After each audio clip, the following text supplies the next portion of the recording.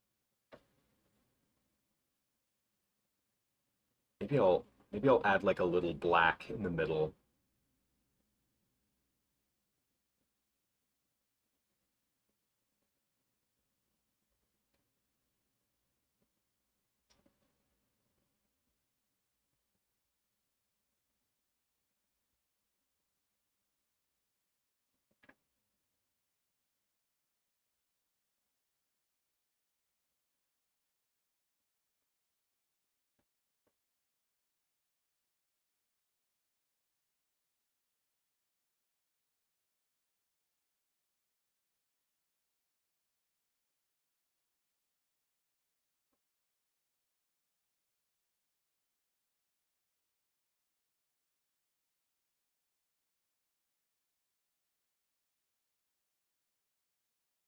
No, I didn't have a PlayStation 2 growing up.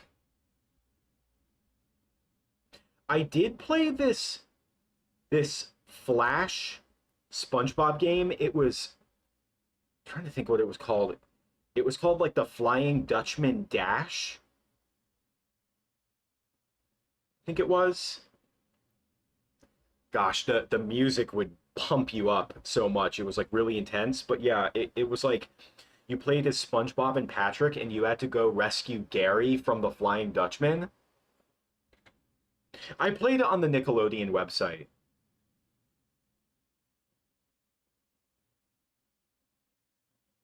And I thought the game was so frustrating because what you did was you could either play as SpongeBob or Patrick. You would default to SpongeBob, and if you died as SpongeBob, Patrick would come in and you would play as Patrick. But the thing was, it was a platforming game, and SpongeBob could run really fast, but he just couldn't really jump high enough.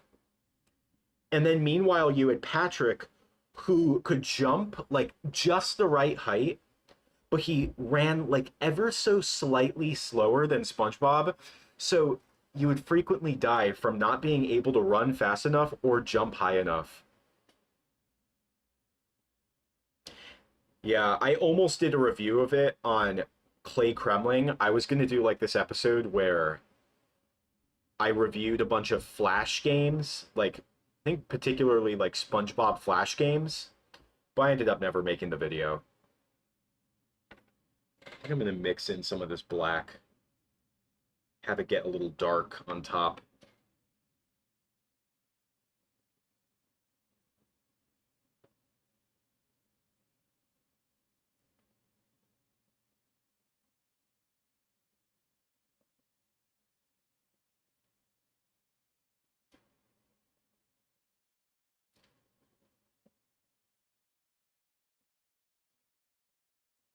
So a few years ago, I tried beating Flying Dutchman Dash, I think it might have been called. I tried beating it and I made it all to the I made it all the way to the end and fought the Flying Dutchman and I beat him. I'm like, "Oh yeah, okay, I finally did it. I finally beat Dutchman Dash." But then of course they do that thing where it's like, "Oh, now you have to play the whole game again, except you're going back the way you came and you're being chased by the Flying Dutchman's ship." And it's just like, I gave up.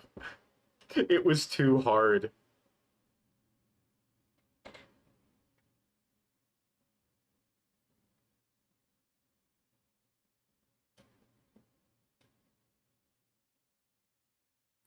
Okay, so what I'm working on right now is I'm working on the body of the sea bear.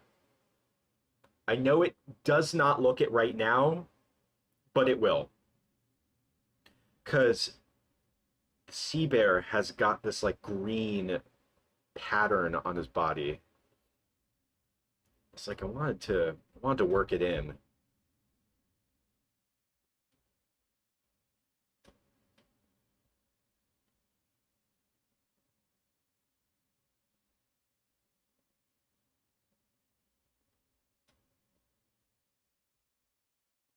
Yeah, there were on the SpongeBob like flash game section on the Nickelodeon website, there were so many games I could just never beat. Most of them were like arcade style anyway.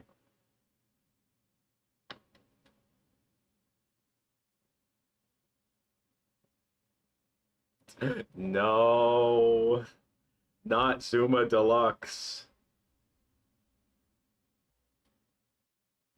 Zuma Deluxe, I legit had I loved that game, despite my complaints on Clay Kremling because I was, I didn't beat the game because I was too dumb. But I wanted to bring back the Zuma King. Like it ended on like a cliffhanger.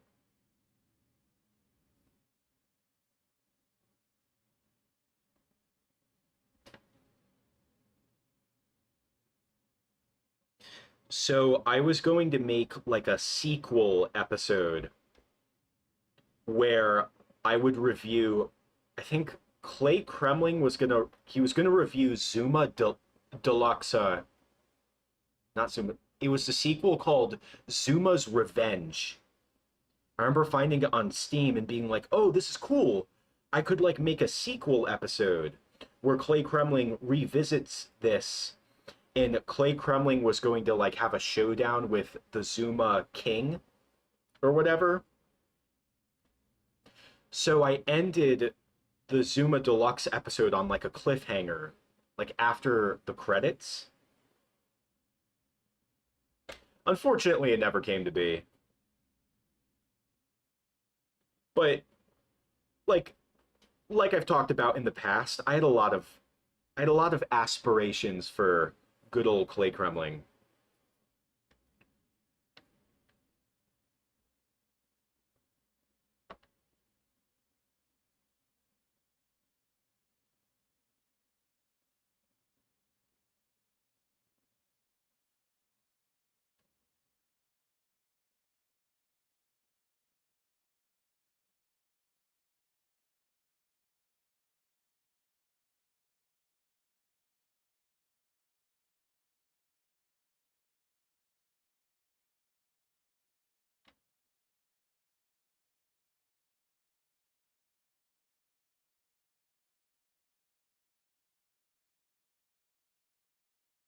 All right.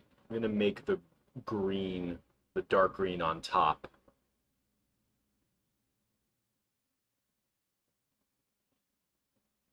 I wonder if I should have like a little reference thing screen. It's not a big deal.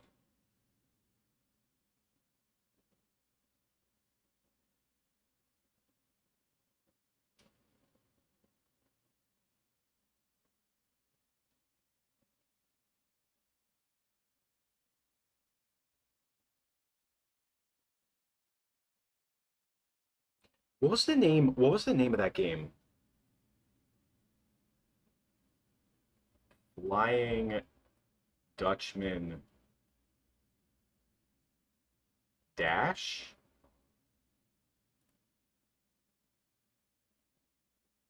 Oh, Dutchman's Dash. It's just called Dutchman's Dash.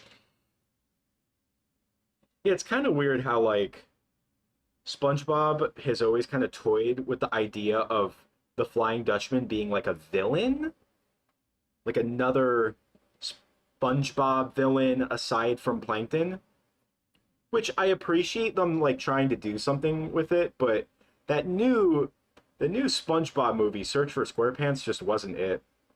Not that I was expecting it to be good.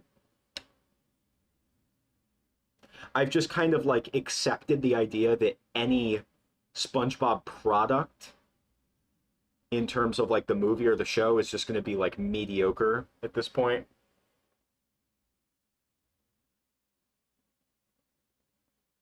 No, Lou Albano. Lou Albano was the perfect voice for Mario in that show. I loved his voice. It was so goofy and charming. I can still hear it in my head. Him saying, "It's the perfect new dessert, just what you're looking for."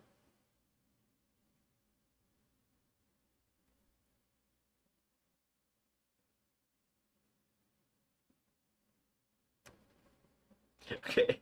Every Lego SpongeBob set sold us a lot for 2,000. I mean, you can't blame a guy for trying, can you? That person had to get all the sets and have the willpower to not open them their whole life, or for 20 years or whatever. Hold on a second. I have to pick this up.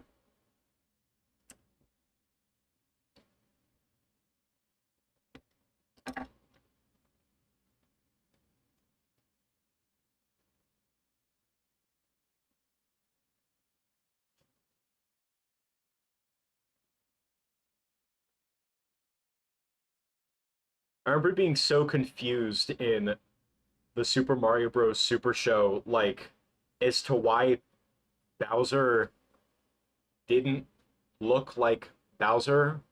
They called him King Koopa. But there was like I think there was a Japanese Mario cartoon that had a more accurate looking Bowser. Accurate to like what he looks like now.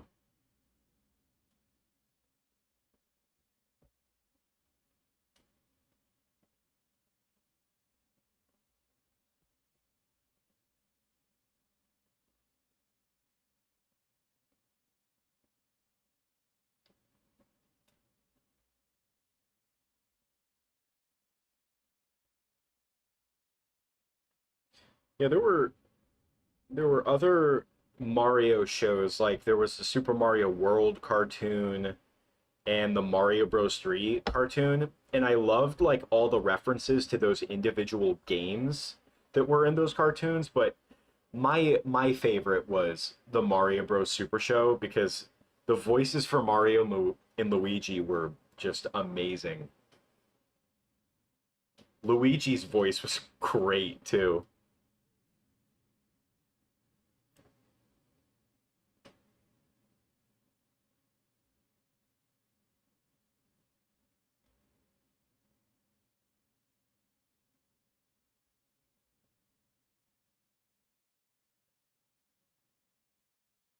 Why you biting your teeth? The sea bear's body is just that terrifying.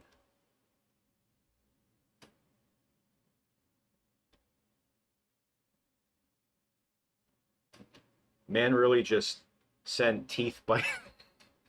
I can't say this straight face. Man really just sent teeth biting emojis in my chat.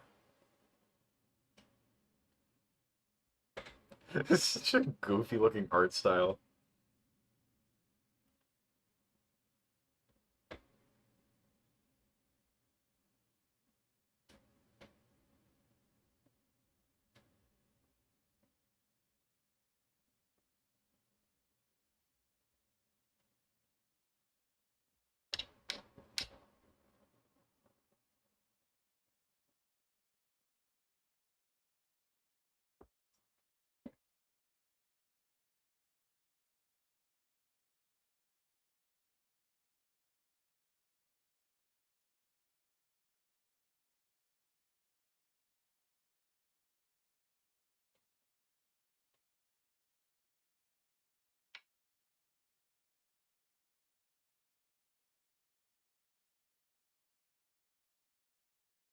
I'll probably take the heat gun to this and kind of blow on it for a bit, heat it up, get the clay to kind of melt on the surface, and then it'll solidify and it will look smoother.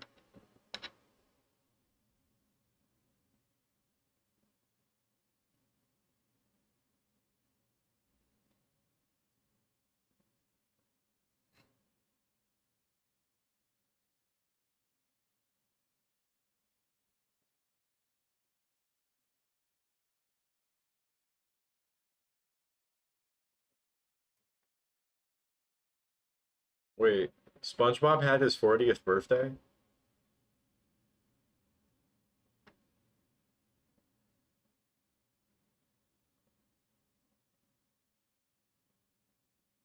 I also played Super Smash Flash.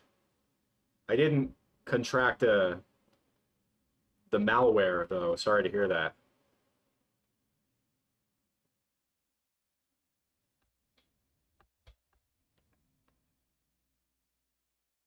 Yeah, no, back when like pre Smash Bros 4, we had to work really hard to find alternatives to play Smash Bros on the go. I remember playing Super Smash Flash on my mom's computer in like a hotel room one time. That was all we had back then.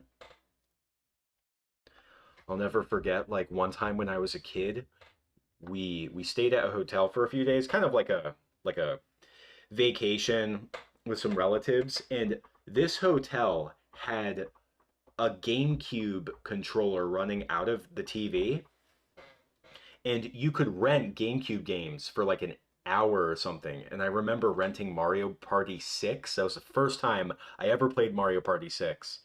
And I had I had such a fun time with it. And I'll never forget like the last time I went to that hotel was years ago. They got rid of the GameCube plug-in thing, and I was devastated. Absolutely devastated.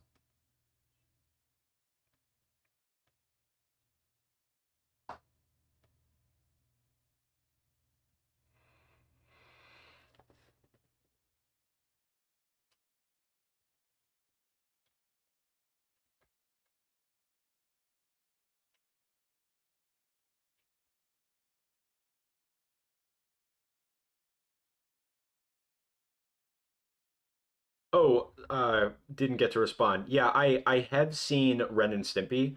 I did not watch it when I was a kid. And frankly, if I saw it as a kid, I really don't know what I would have made of it. I saw I I saw Ren and Stimpy for the first time in like December 2021. Me and my buddy were like snowed in an Airbnb, and we were just watching movies on Paramount Plus. That was actually the first time that I watched Sponge on the Run, and he'd seen Ren and Stimpy before, but I'd never seen it. So I'm watching it, and I was like blown away by how like inappropriate it was. Like it's a very nightmarish show. It was one of the earliest Nicktoons, if I'm not mistaken, and it's clearly very low budget, but a lot of the creative like decisions that they made because of its lower budget, like using royalty free music and and like having very washed out empty backdrops and only the two characters on screen, like it leads to a lot of like the end result is so bizarre. But particularly the episodes that like I was just blown away by how inappropriate they were. It was the one where it was the fan mail episode where Stimpy's getting all the fan mail and Ren gets jealous. So he one night when Stimpy's asleep, Ren just spends the entire time contemplating how he's going to unalive Stimpy. It's like it's horrific. Oh yeah, and then he wakes up the next day and Ren gets fan mail of his own and he's like rubbing it in Stimpy's face, and it turns out Stimpy sent it to him just to make Ren feel better, and Ren just bursts into tears, and then the episode ends. It's like god, so bizarre.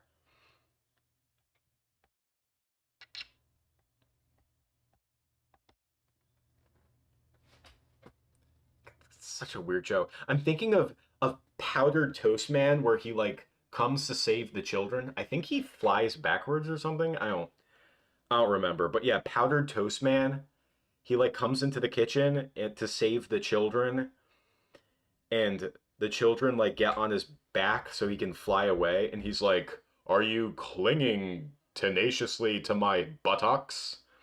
And they get a firm grip on his glutes, and I'm watching it and I'm like, Whoa, what the heck? Especially with what the creator of Ren and Stimpy got into.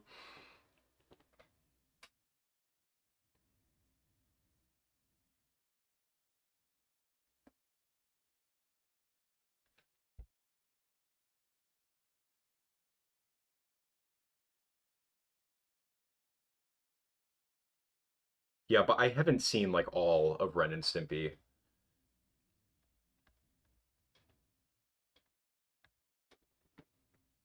I feel like this is missing something.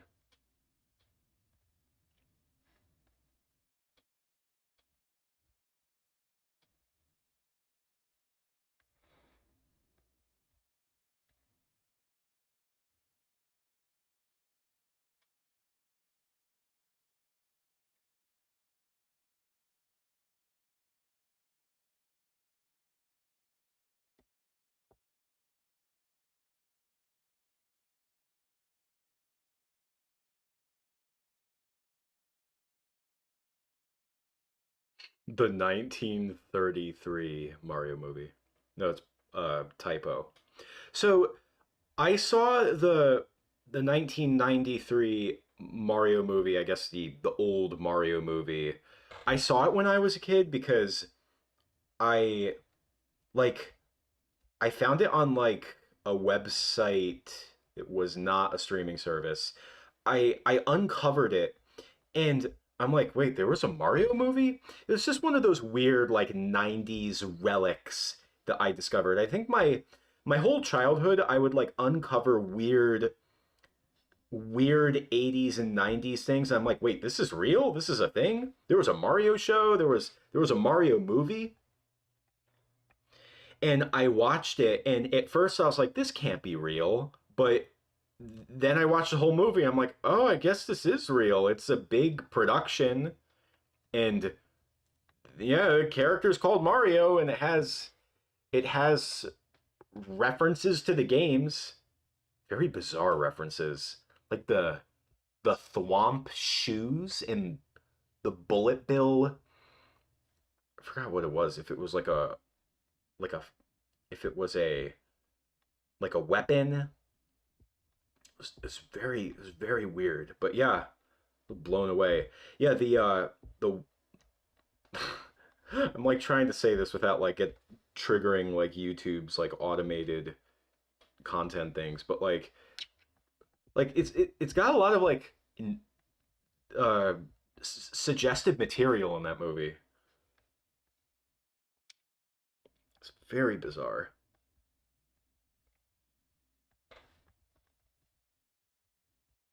I don't know. I think just the novelty of there being a Mario movie was kind of like enough for me. Like, oh, okay, there's a Mario movie.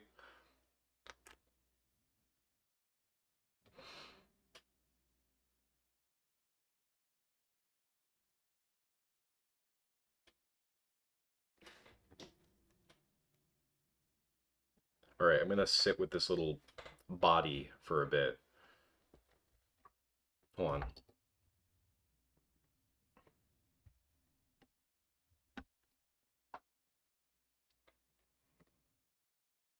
Looks like a demonic, putrid Easter egg.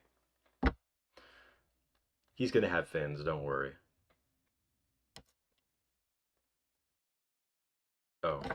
Oh, I have to get this black off my fingers.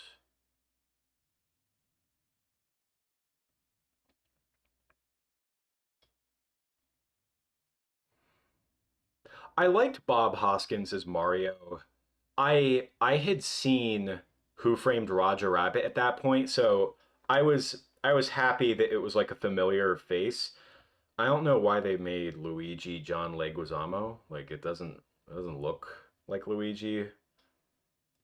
He also like looks way younger than Mario, which I guess is probably the point. I don't know.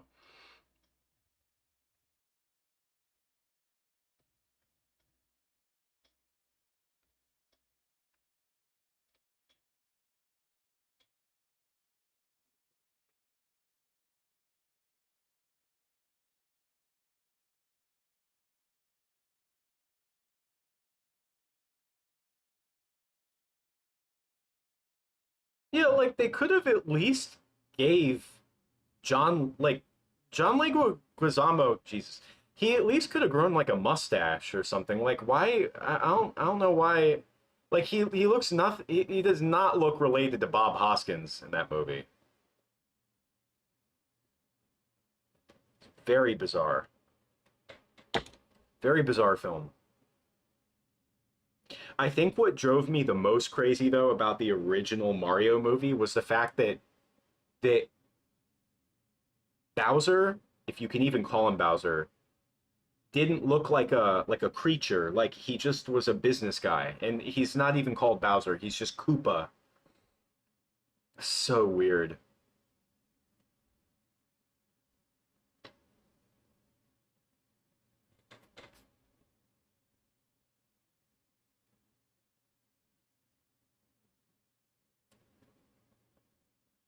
Yeah, yeah. Daisy's in it. Why Daisy? Why not Peach? Daisy was the freaking princess in the Game Boy game. Whatever. I guess functionally she does serve the same purpose. Just woman.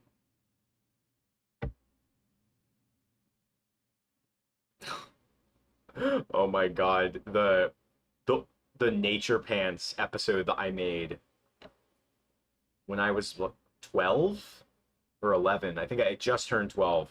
Came out on my birthday. But yeah, that was another example of me having like doing creative liberty in an episode where I was like, "Oh, I'm going to make the opening like this dramatic musical sequence." Cuz in the original episode, Nature Pants isn't even a really good episode. I don't not fond of it. But yeah, it's like SpongeBob daydreaming about the jellyfish. Crazy reference.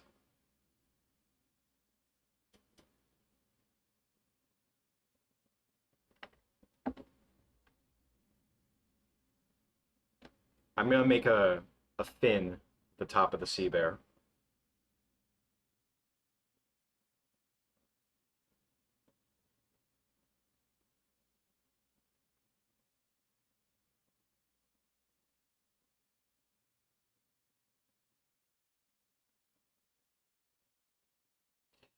Who Framed Roger Rabbit is so good. I remember rewatching. I mean, I rewatched it recently, but I remember I hadn't seen it for a while, and I rewatched it when it was like when I had like Disney Plus, and like they retouched up the film for Disney Plus. Like it was like a special edition or something. And that movie looks so unbelievably good for the time. It does not show its age at all.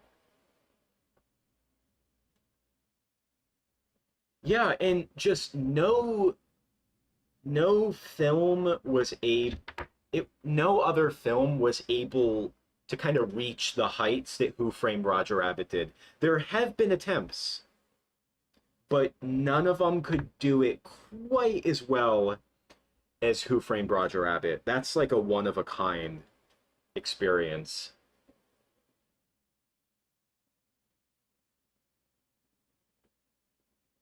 Nightmare Before Christmas. Oh, you know it. You know I did.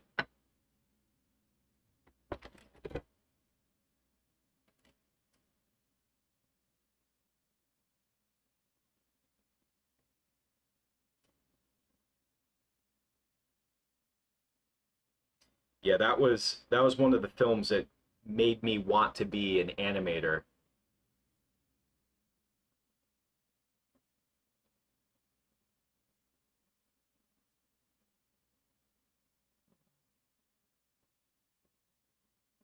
You should be going backwards here.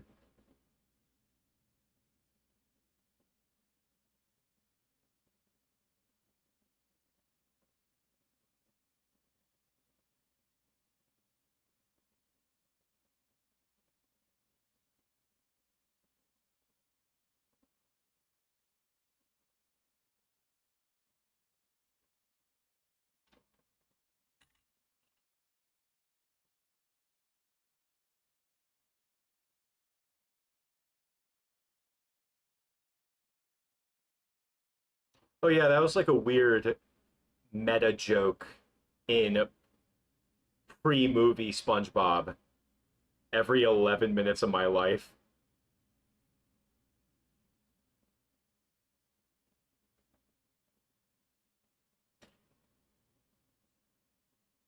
Yeah, I just remember seeing Sponge on the Run in there's a scene where like they're in the car and Patrick's like, "Oh, we're gonna go on this we're gonna go on this adventure, and at some point we're gonna get in a fight about something, only so we can reconcile and then finish the story together." I remember thinking like, "Okay, all right, you're calling out the conventions of the three act structure. I get it." And then they do it like it plays out exactly like that. The scene when they like go to the dungeon or something. I'm like, that's not funny. That's not clever.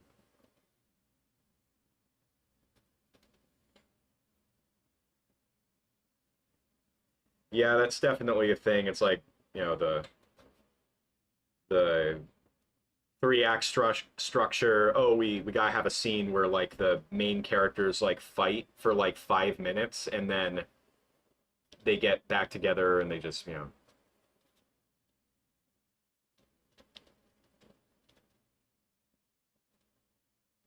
I think it always feels like a bit contrived. I think a good example of having like that all is lost main characters fight moment. I think a good example of that is probably Megamind. Even then, it maybe feels a little bit contrived, but that's the thing. When you're making a film, it's like you only have so much time to hit certain beats.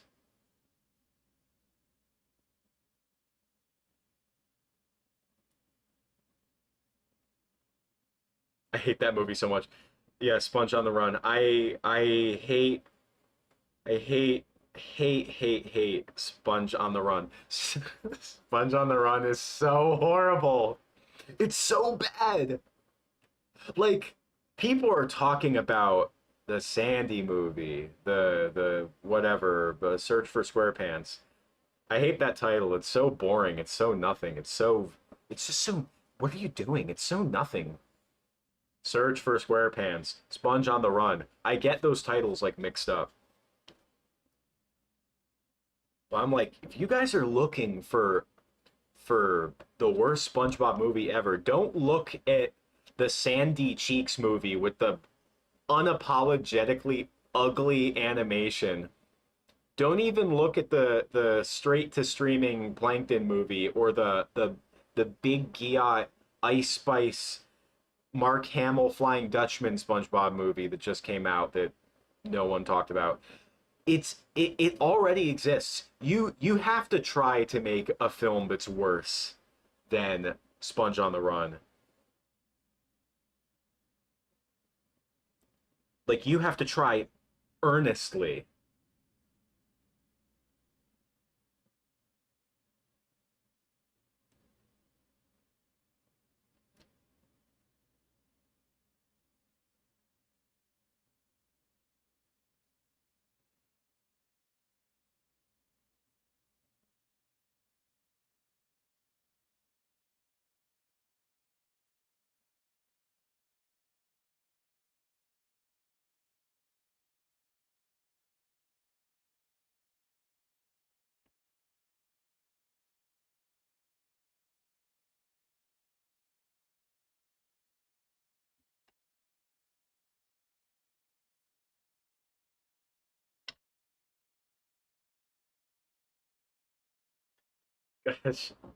Just thinking even thinking about Sponge on the Run is like making me want to break things. Like, oh, I was in a good mood for a minute.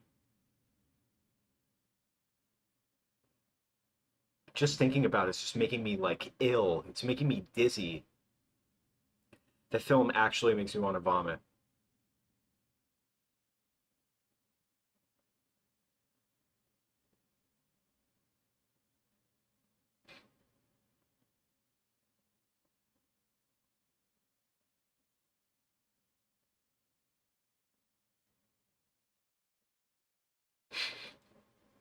I'm laughing because like I'm like pissed off just thinking about just thinking about it.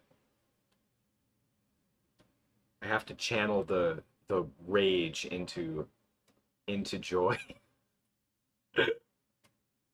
Guys, I hate that movie so much. Oh, it's so bad.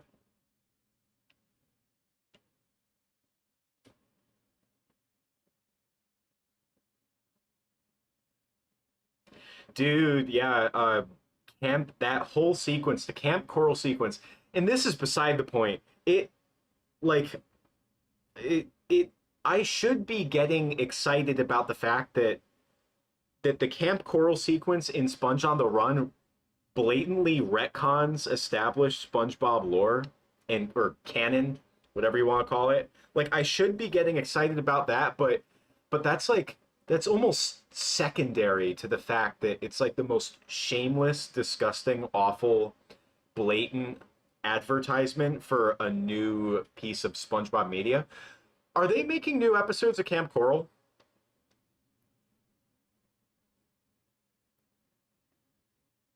Yeah, why don't we take the show that is known for having clever writing, universally appealing characters appeal to the entire family, and making a stupid baby version of that show for, little, little ain't right.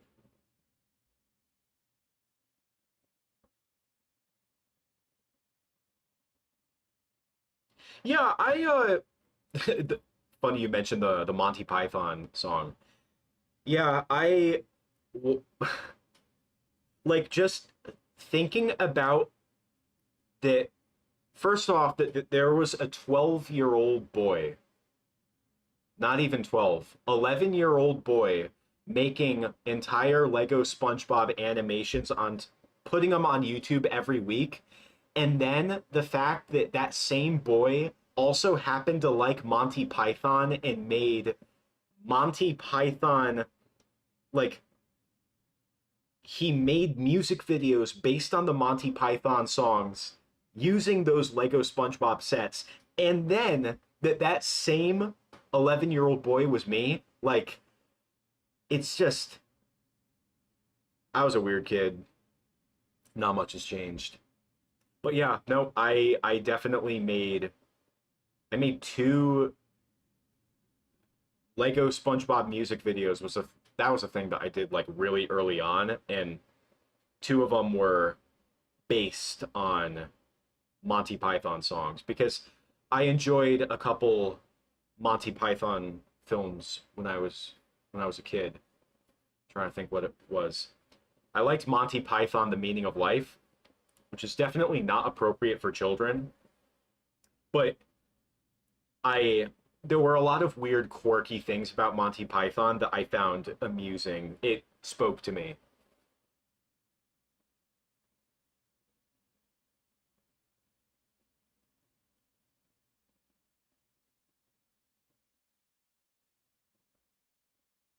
Oh, nothing wrong with that.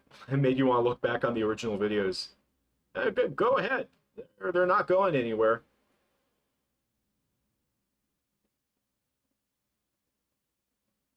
So normally when it comes to Monty Python's like I guess cultural prevalence, what Monty Python's known for, usually Monty Python, the Holy Grail, gets brought up.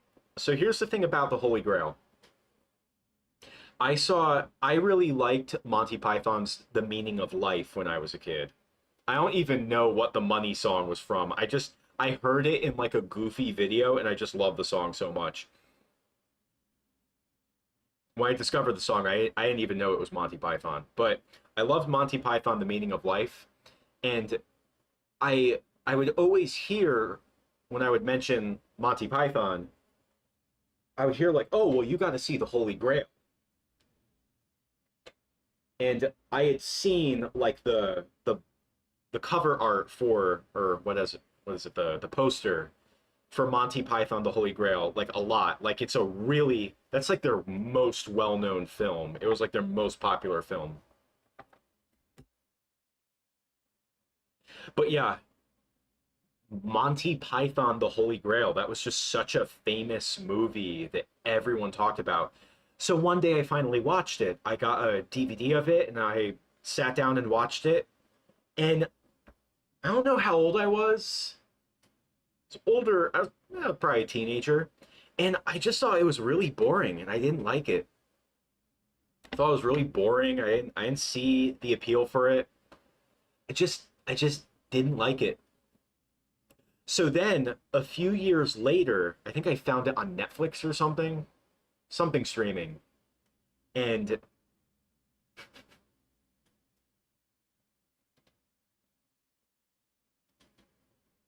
I gave it a rewatch, watched it again, and once again, I didn't like it.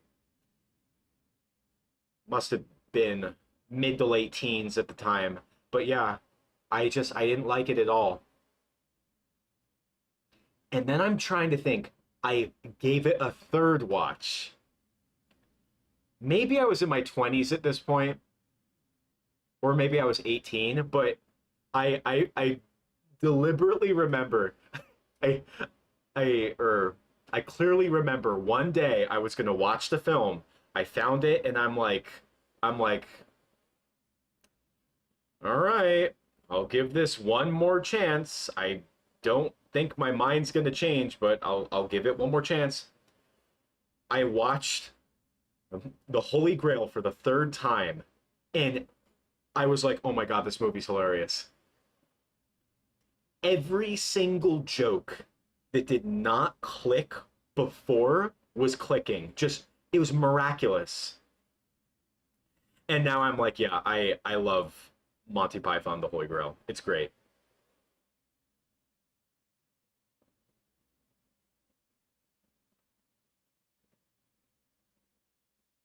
Shoot, I would like to rewatch the Galaxy song and the Money song on stream, but I'm unfortunately I can't due to copyright.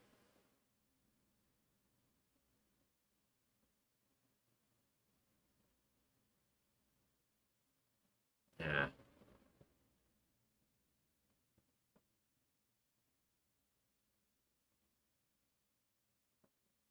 trying to think.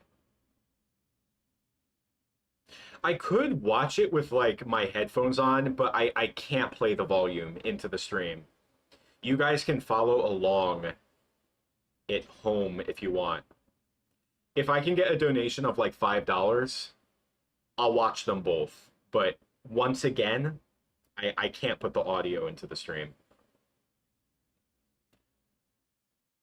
It's so random, so bizarre that I made Lego SpongeBob Monty Python hybrid songs, videos when I was a kid.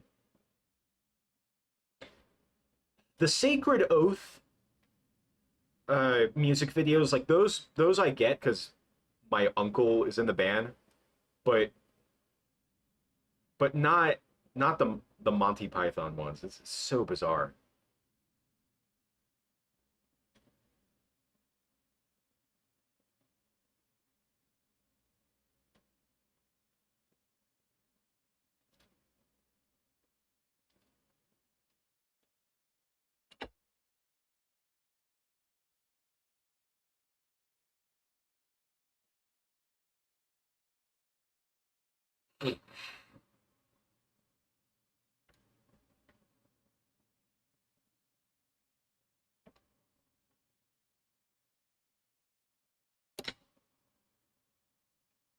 I think I'll add like a texture to the sea bear, like his skin.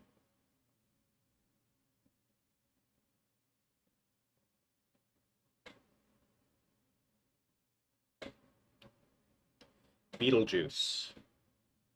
Yeah, I've seen it. I have not seen the sequel though. I'm trying to think when I like first properly saw Beetlejuice. I don't know what age I must have been, but I'm trying to think what I made of it. It's a really like offbeat early Tim Burton movie. It's good. It's really good. I like Michael Keaton.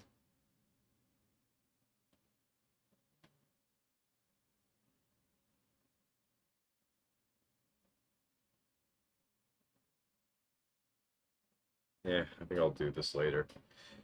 All right.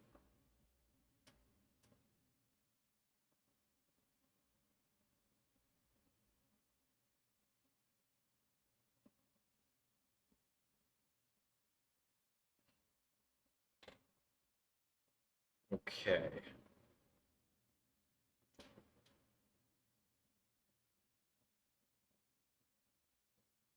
I might have to add another cardboard piece underneath just so he moves around a bit easier. Oh, we're looking good. My hands.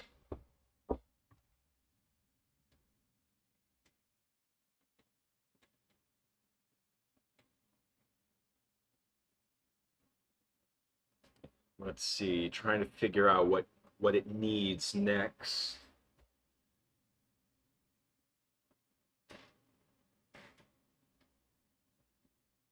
All right. I'll try taking my heat gun to it.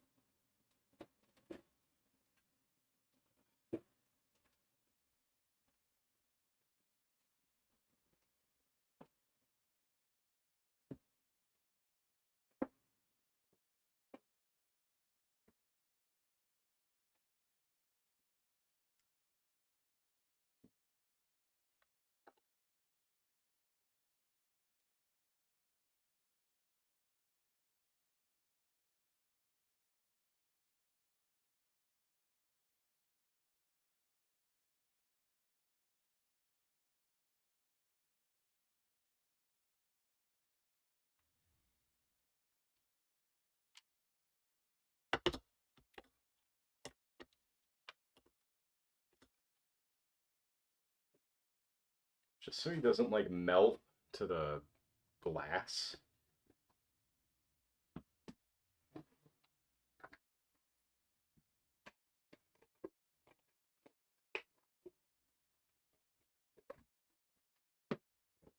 Sorry for showing you my legs there.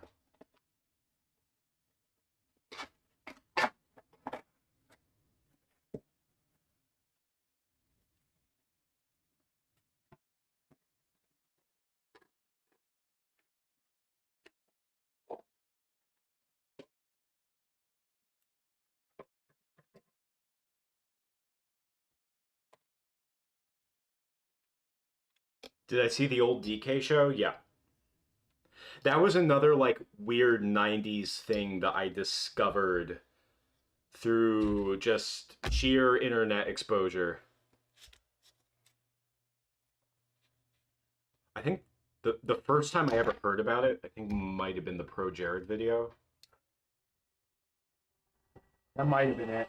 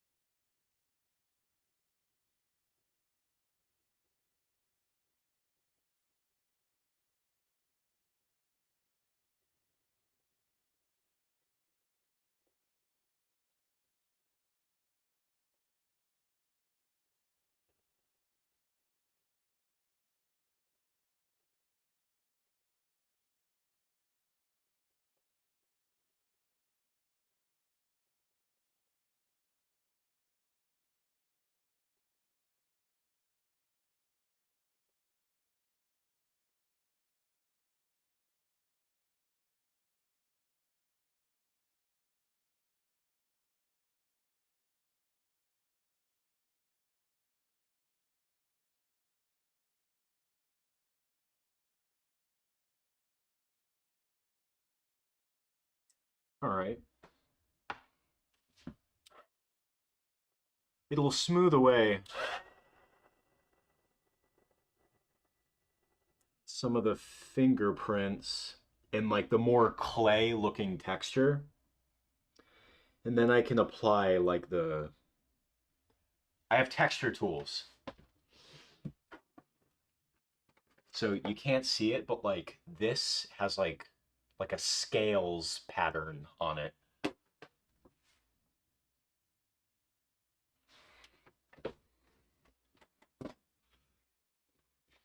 Yo, what's up? Welcome to the stream. Pop in and chat for a while. Okay, so let me show you guys what we have. We have the body of the sea bear. You guys see that? Pretty, I don't know if let's see how I feel about it. It's like the original sea bear body. That's like, sorry about the shadows. Oh, well, there it goes. Come on. Oh, of course, it's so soft. All right, it's actually not that damaged. Should be fine. But yeah, like the original sea bear body is like really, it's got like a cool pattern on it. I kind of wanted to bring some of that to this design. All right, I'm gonna have to mess with it when it cools down a little bit because it's just too soft to work with right now. Before I work with the brown clay, which I'm gonna do now, I'm gonna go wash my hands because they're just way too messy right now. I shall be back.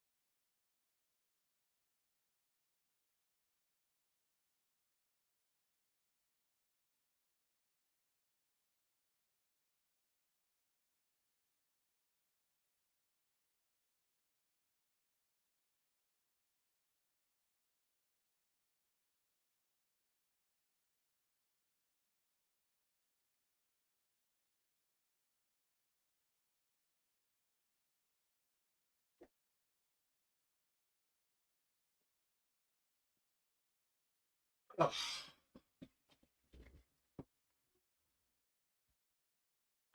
cools off fast. Okay, so the cool thing about the sea bear here is normally when I'm making a stop motion puppet that has like mouth animation, I have to make like 9 mouths, like a crazy amount of mouths, simply because of the fact that like, to get dialogue, you need quite a few mouths to capture, I guess, that range of consonants that you have in the English language. But the sea bear doesn't have that because the sea bear just kind of growls and roars. So that helps me out.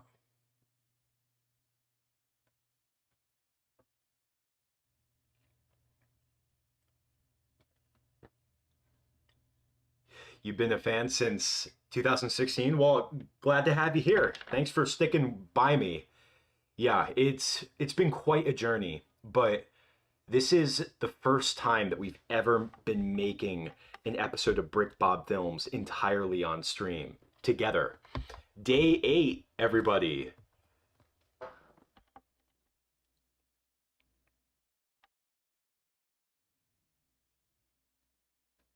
All right, so now we're going to work on the head here for the bear.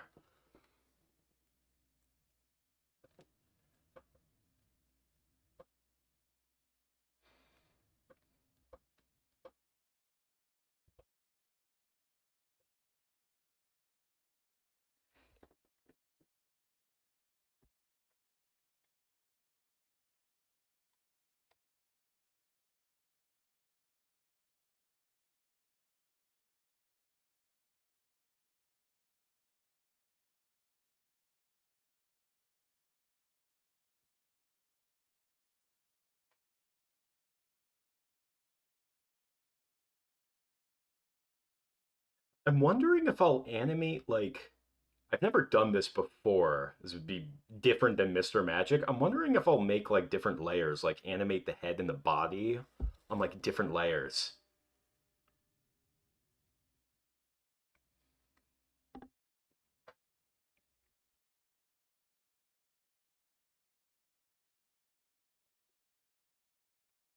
But I think I'm gonna have like just a good head foundation, and then I'll make a bunch of mouths to go with it.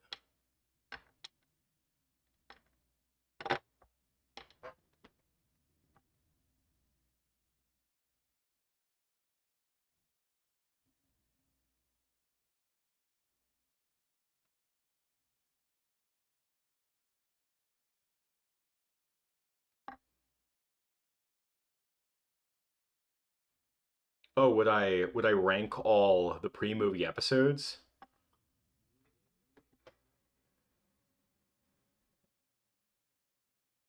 Like, would I make a YouTube video of it?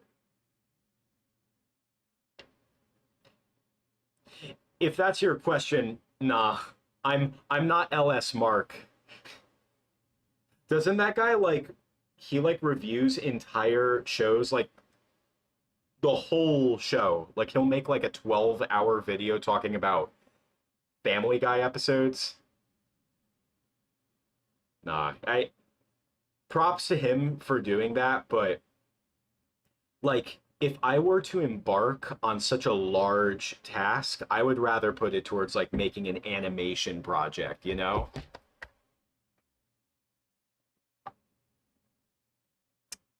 Lego Ninjago. I remember when Lego Ninjago first came around.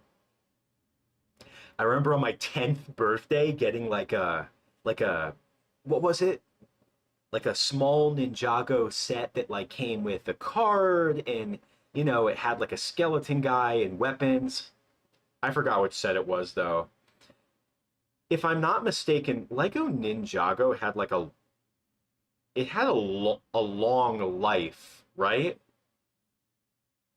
Because like I said, I got I got a Lego Ninjago like toy for my 10th birthday, but I think in like 2017 they made a Lego Ninjago movie, right?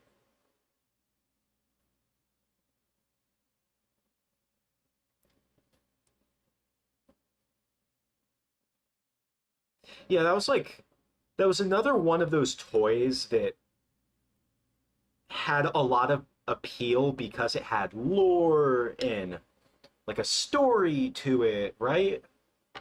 I never learned about any of that. I just thought that the toys were cool.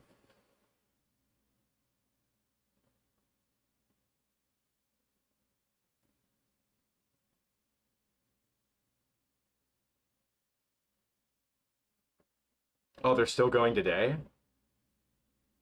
There was also Lego Chima, Chima, with like the lion people. I don't know what you call them.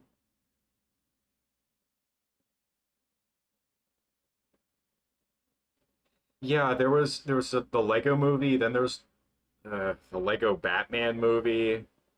And then there was the Ninjago movie, and I remember just hearing that it didn't get good reviews. I'm like, yeah, are they just kind of beating this into the ground?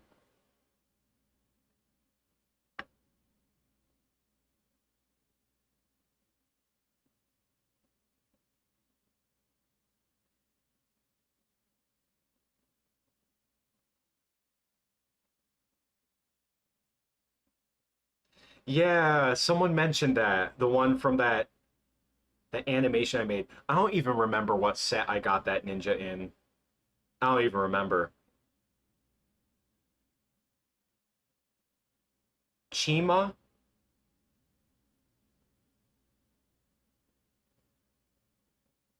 I remember seeing Chima, Lego Chima, when I was a kid and thinking, wait, it's just Ninjago but with animals. Like to me it looked really similar. Similar art style wise. It's been so long.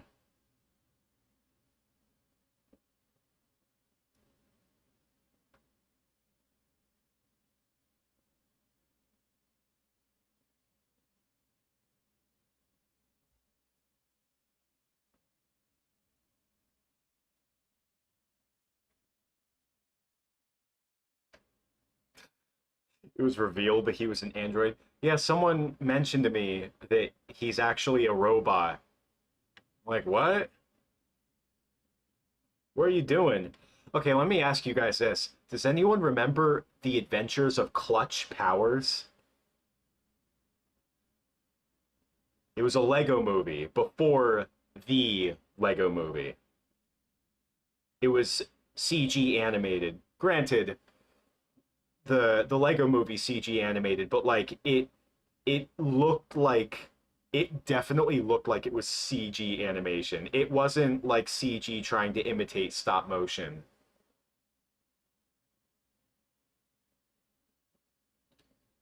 Lego Hero Factory. I've heard heard of Lego Hero Factory, but I don't know what it is. Dude, Clutch Powers did go hard. Okay, so get this. I Here was how I discovered The Adventures of Clutch Powers.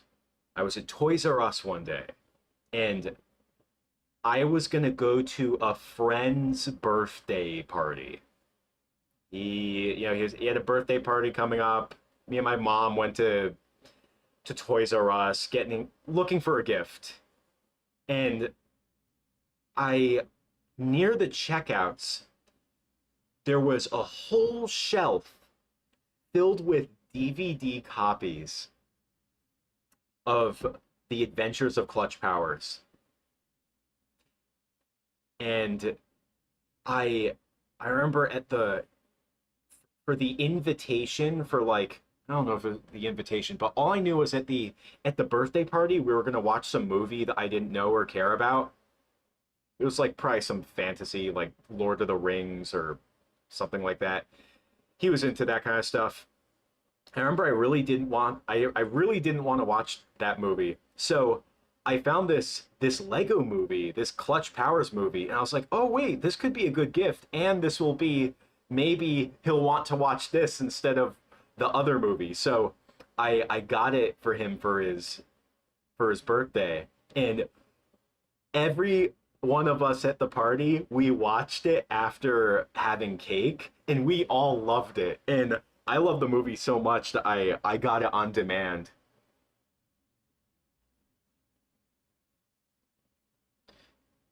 Dude, what was so cool about the Clutch Powers film was it had references and it featured like other Lego, what do you call it? Like Lego IPs. Like it had stuff that featured like it featured things from the sets that were coming out at the time. There was like Lego Power Miners, for example.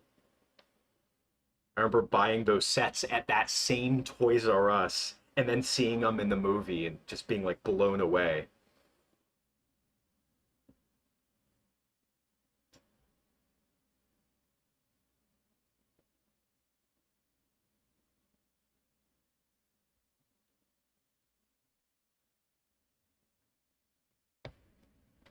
Did I see Toy Story 5? Nope. I do not plan on seeing it in theaters. I'll maybe I'll check it out when it comes on the streaming, but I am just so apathetic to the idea of there being a Toy Story 5. I just like I heard it was good. I'm sure it's really, you know, I'm sure they threw every possible resource at it and that it's a well-made movie. I just I don't I don't feel like being member buried over and over, you know?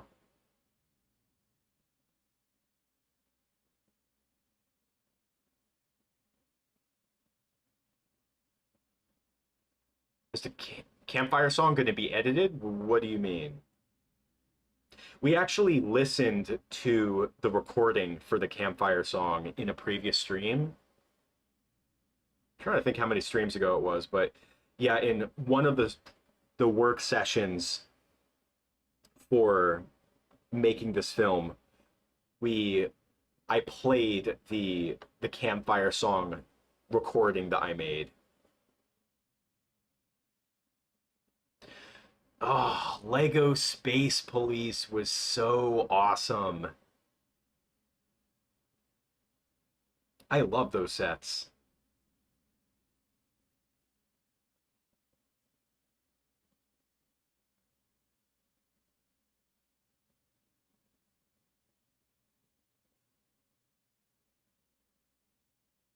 Yeah, apparently the new Moana's flopping really hard. It's like here's the thing, when it comes to like discourse online about films and how oh we don't want sequels. We're tired of sequels. We're tired of remakes. There's usually a discrepancy between what online film people are saying and what general audience members are saying. Like people have been saying that we don't want the live action remakes for years, but they were making billions of dollars. But now this is like a situation where like people on YouTube film communities are saying no and people actually aren't showing up. I don't know I don't know what I don't know why you would even make a live action Moana so soon. It's really weird.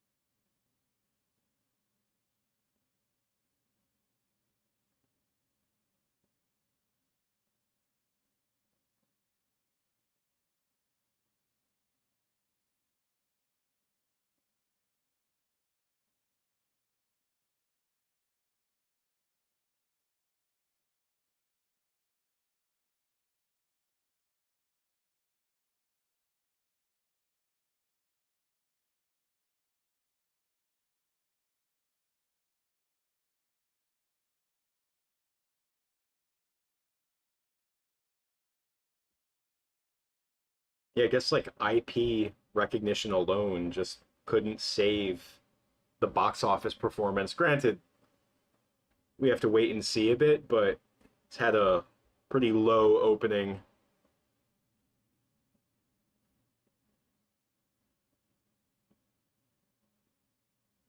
Oh, so for filming the campfire song, so we filmed the intro for it, but the chorus or whatever you call it, CNPFIRASONG song, that's going to be filmed later because I didn't want to have to disassemble the whole set and stuff to film that. I was like, let's just film that at the very end. That way we can just like really have fun with it. I don't even know what I'm going to do for like the chorus, but we'll cross that bridge when we come to it.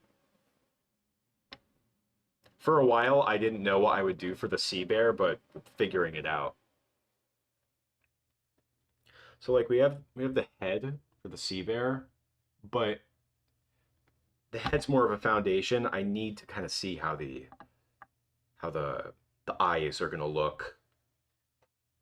I'm not going to touch the yellow clay quite yet because I don't I don't want to get that on my hands. That stuff's strong.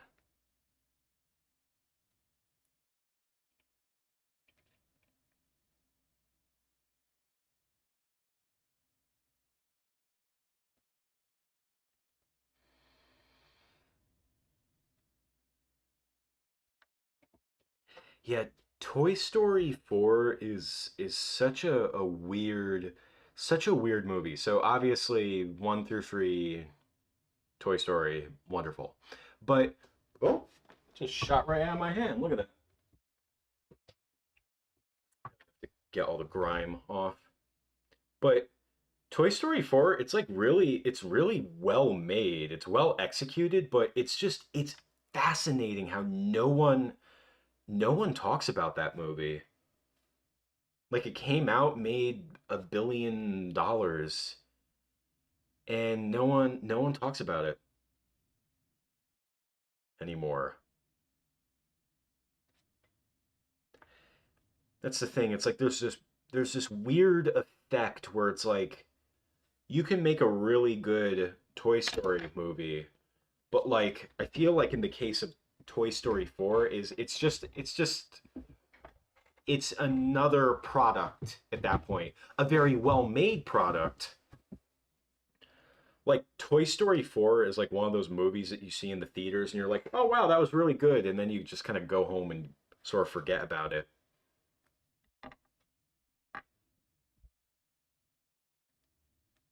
Yeah, filming the rest of the campfire song would be fun. At the end.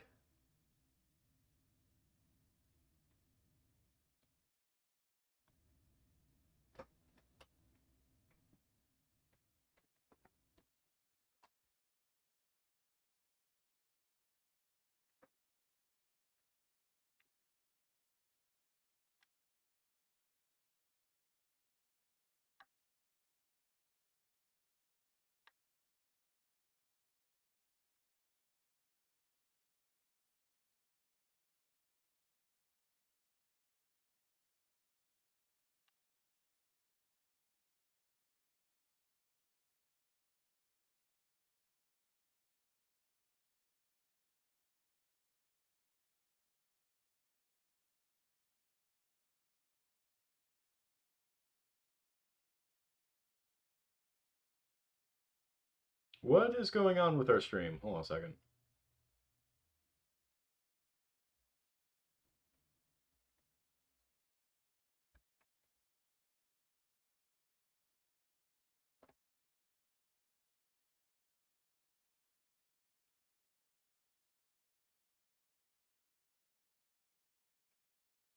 Looks like the stream is hitting a bit of a snag.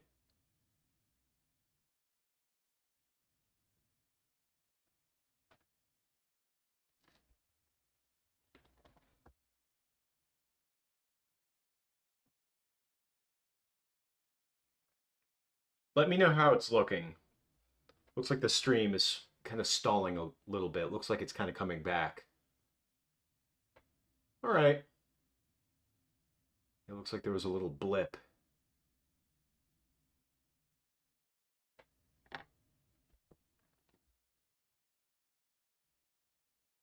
Okay, I think we're back.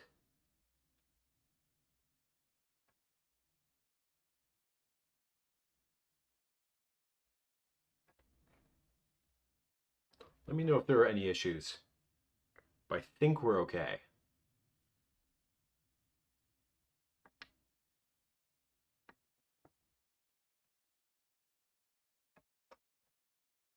All right, pulling up my reference material.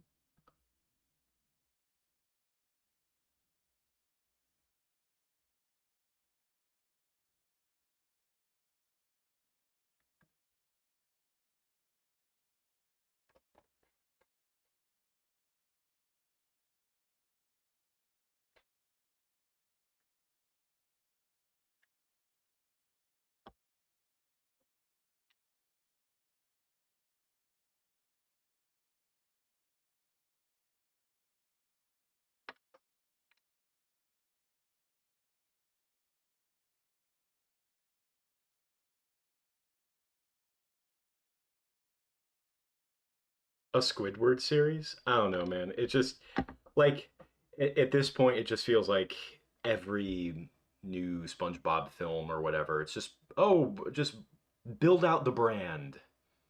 Yeah, life is weird.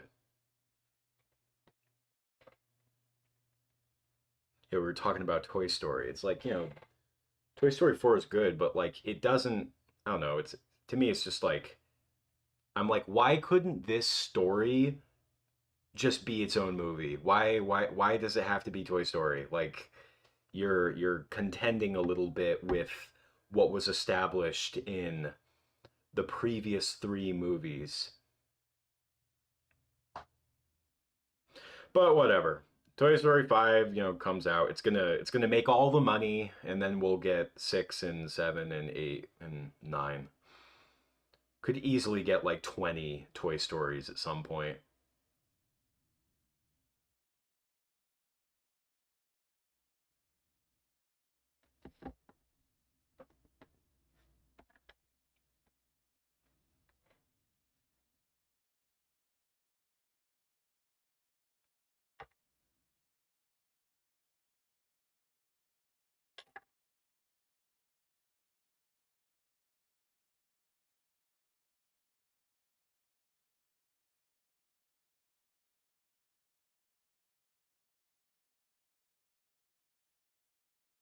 Oh yeah, Patrick Star Show. It's like what?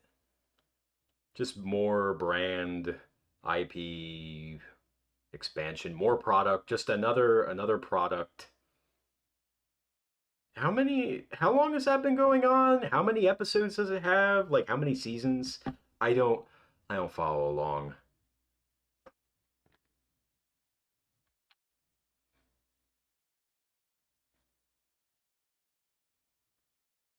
Oh no, did they also bring out Patrick's family members too? What is this? Are we going to get like a Squidward movie where his family members like show up and stuff?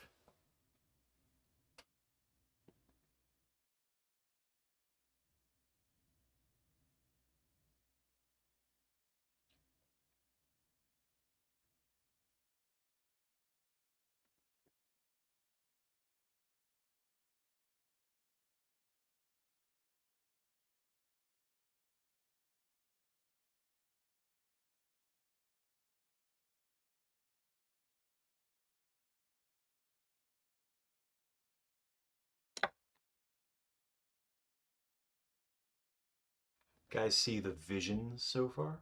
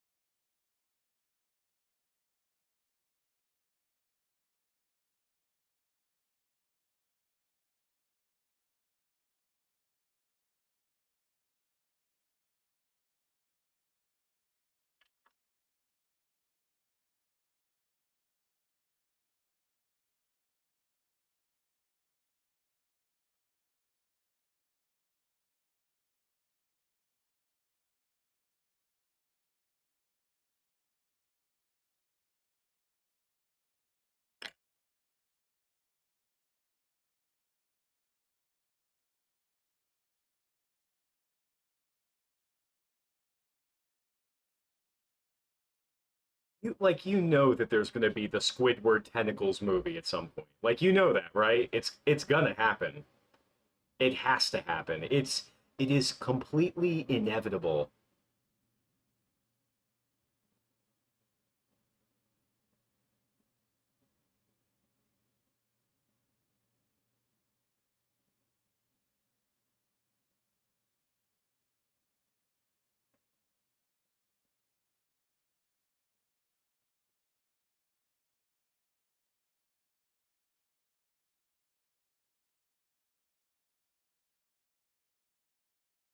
Yeah, I don't know. I just like the film industry is like in a weird place.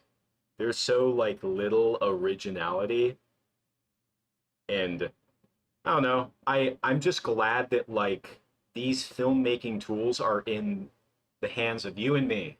You know what I mean? The Steven Spielbergs of tomorrow are getting their start here on YouTube, and all the interesting stuff, all the interesting entertainment that comes out in the future is going to be from people like you and me. It's not going to be from these Hollywood people.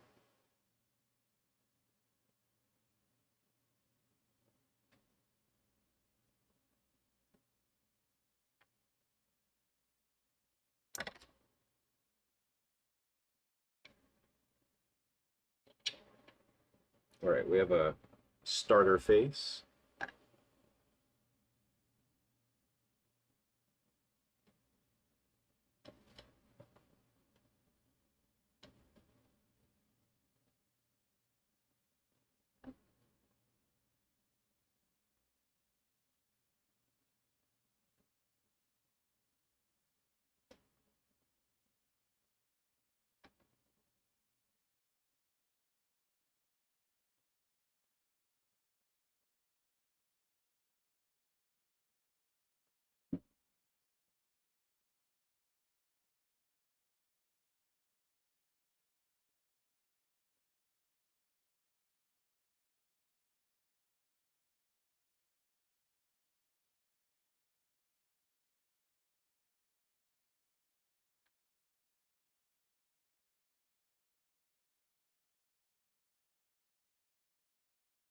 Oh no, they did make Sandy a flying squirrel. That pisses me off so much.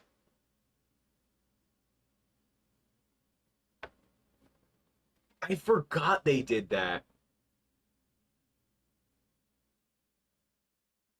Dude, there's just like they don't care. Like they really don't care about maintaining some kind of consistency or grounding the SpongeBob universe or the characters or the lore or any of that stuff. It's just just make a movie. Oh, flying squirrels are a thing, right? Yeah, make Sandy do that for 5 seconds.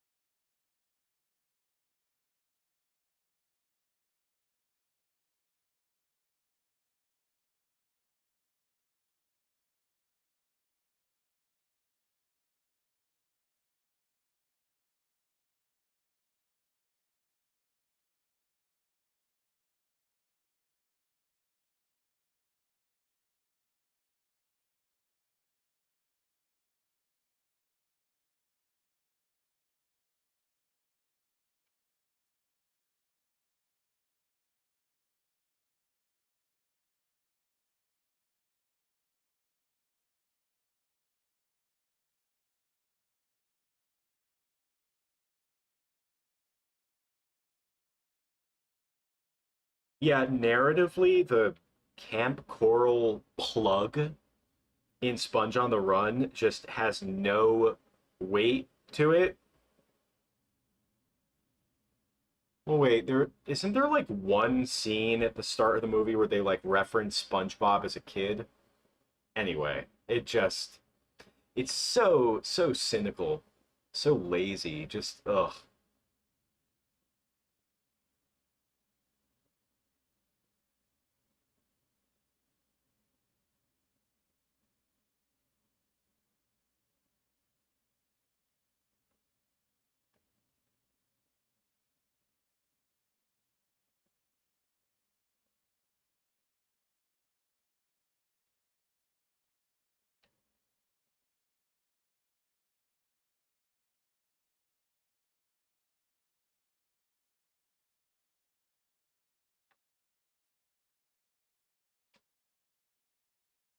I think what I'm going to do for the sea bear head is now that I have this like foundation in this first mouth and just like a couple very basic eyes, I think I'm just going to build off of this a little bit and just start making some variations. The eyes look okay, they need some work, but I'm going to try making some other mouths.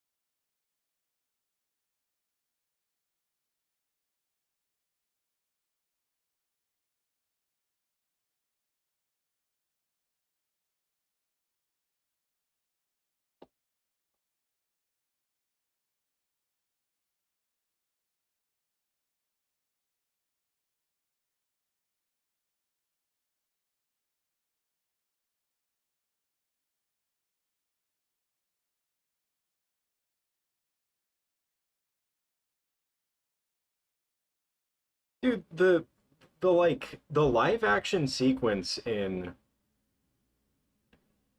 like the live action villain, like there's so many moments in the Sandy Cheeks movie where I'm scratching my head and I'm thinking like people who are working on this have to know like how bad this is, right?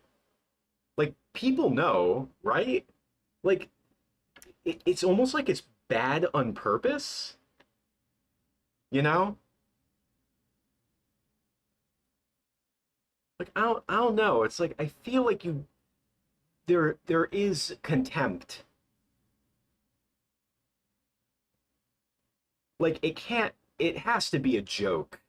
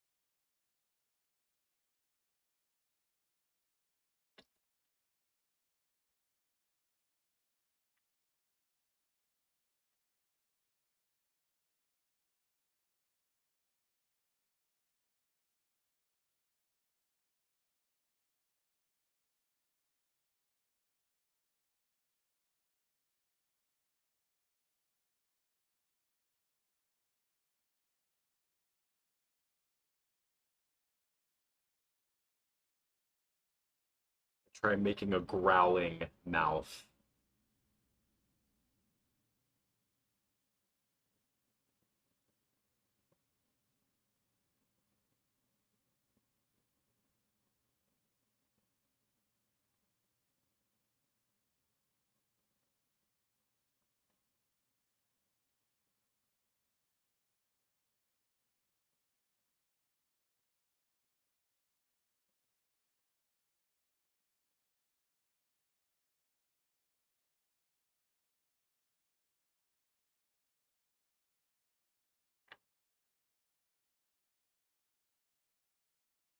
Is it more rewarding working with clay than Lego?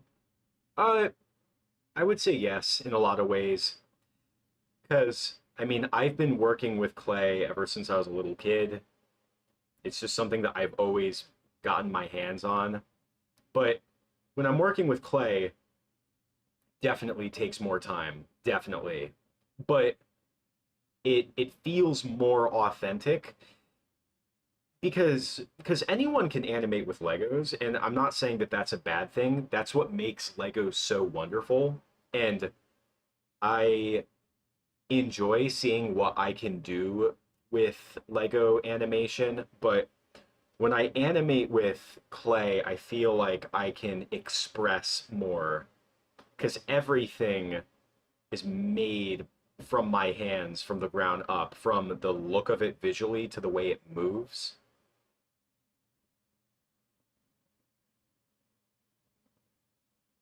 It's a way, like, not just anyone can make something with clay that looks like my stuff. You know what I mean? It's a skill and a discipline that I've built over many years. And even when I'm working with the clay, there's just so many things about it. There's so many little techniques that I've picked up over the years that just came from experience, you know?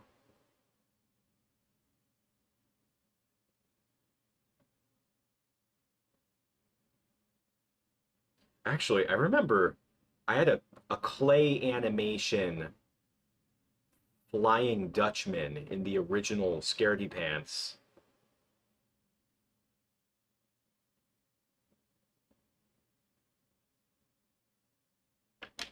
I think I used him multiple times until the Lego Flying Dutchman figure came out, or at least until I got my hands on him.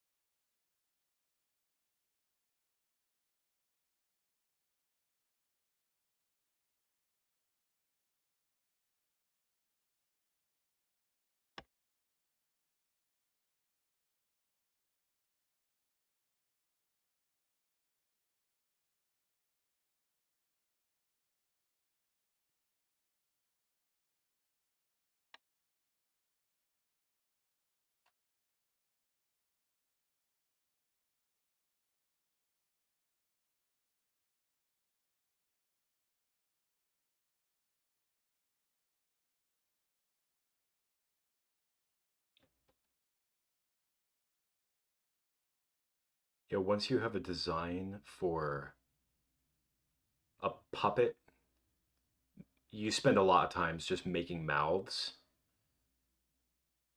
Mr. Magic's mouths were done with clay, but the sea bear is a bit more complex because he has like a snout, so it's just kind of adapting it for this 2.5D animation.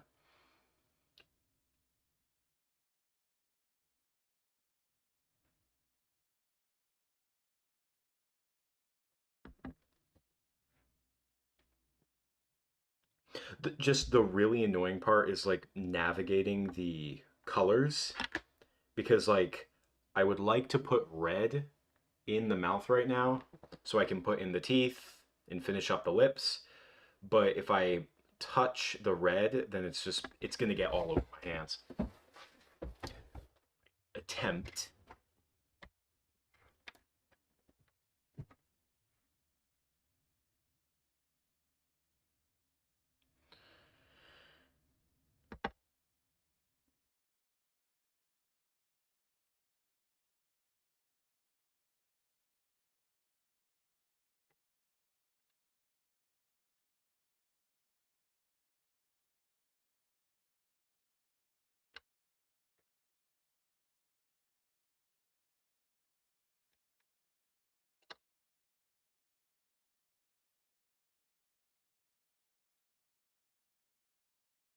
Yeah, to the guy who asked, is it more fulfilling working with clay than Legos? So like take this for example, like I mentioned that because I've worked with this material for my whole life, and particularly with animation for coming up on 10 years, it's I've had to learn a lot from working with this material and I've grown proficient at it, similar to how one would learn how to work with like oil paint or sculpting in marble or something like that.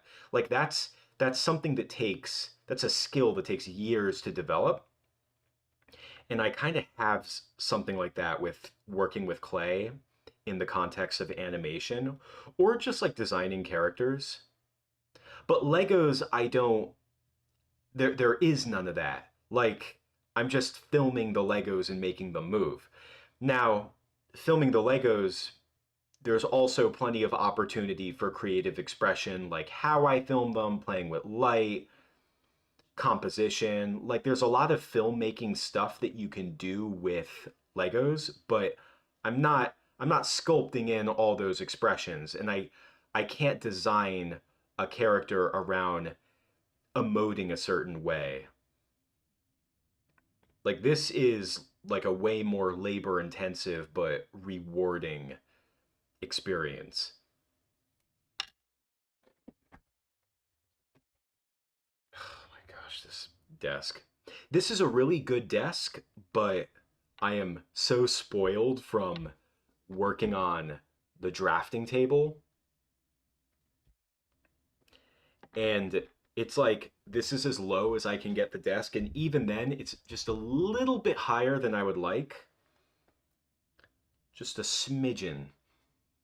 And I just, oh, being able to just raise and lower the desk with the click of a button is so convenient. And the, what is it? Like the adjustable height desk can go down really low and it can go very high. It's just such a great tool.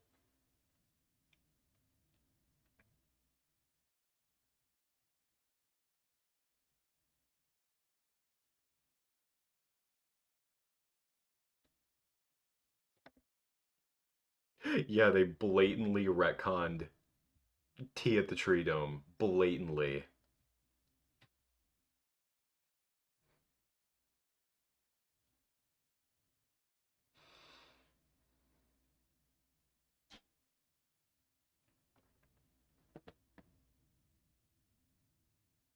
Putting teeth in. Should probably put in more than one tooth. It'll look better.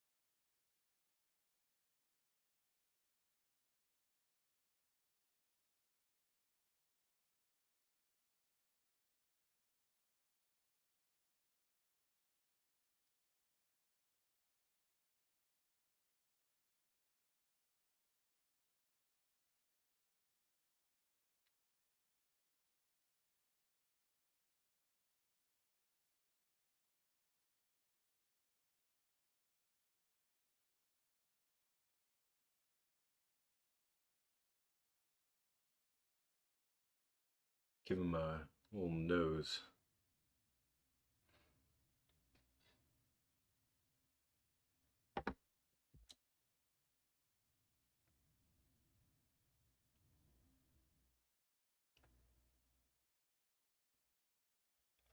Am I gonna switch the figures in the episodes with the new ones? No. I honestly, I don't even know if I'll even use the Squidward one. I definitely can't. I can't use. Well, I mean, it's not really can't. It's just I don't want to. Like the Patrick, the original Patrick works just fine, and he has more articulation than the new one. Not only that, but there are other prints that I have of Patrick, like different faces, different outfits. And if I use the new Patrick, I won't be able to use those other prints anymore.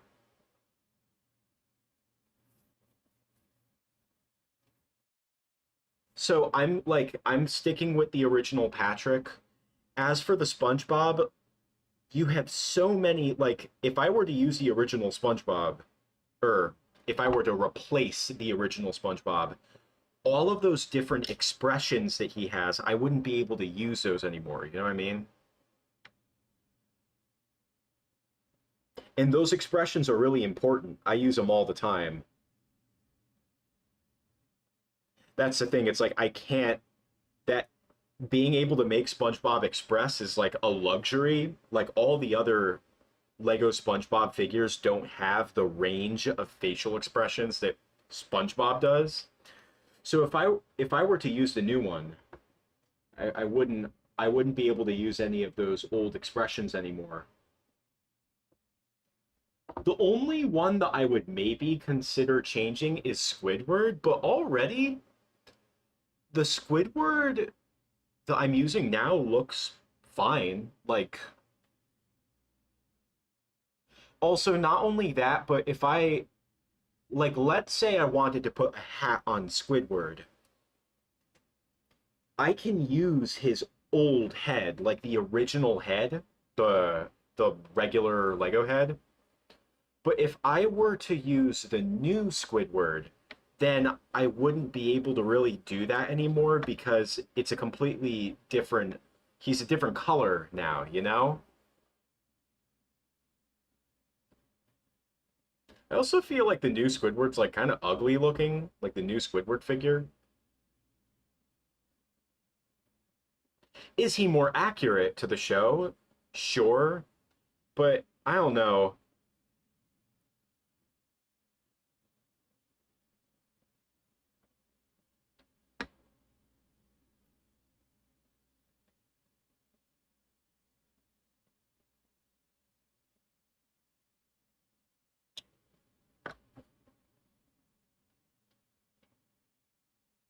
So as wait, hold on. So I don't know if I can do this like easily, but you kind of see what the vision is.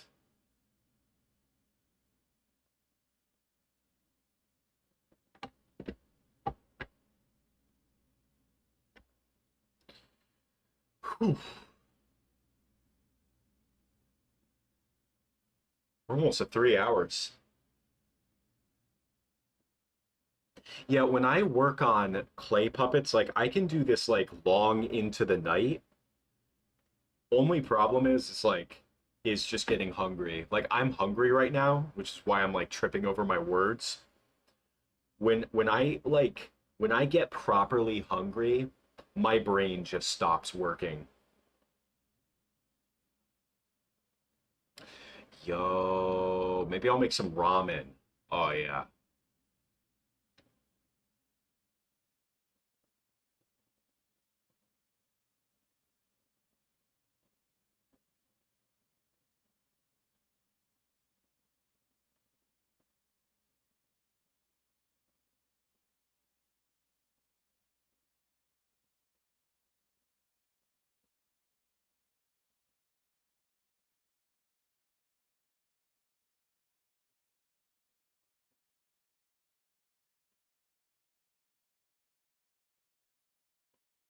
Yeah, on that new Squidward figure, like the attention to detail is admirable. But I don't know, I feel like there's too much detail. Like at the what is it? On his feet, they have like prints of like his little tentacle, his tentacle feet pads or whatever. It's almost too, I think it's like too much detail. That's the thing. It's like I've just been filming with what Lego SpongeBob stuff has already existed for so long.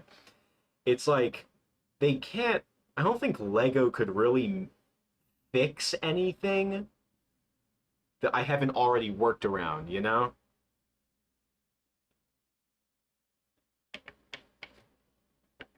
Like I like the visual look of the new Conch Street houses. Like I think that those look good. If I can use them, sure. I don't know if I can though because I don't know how big they are. Also, I would have to make a new interior for them, you know?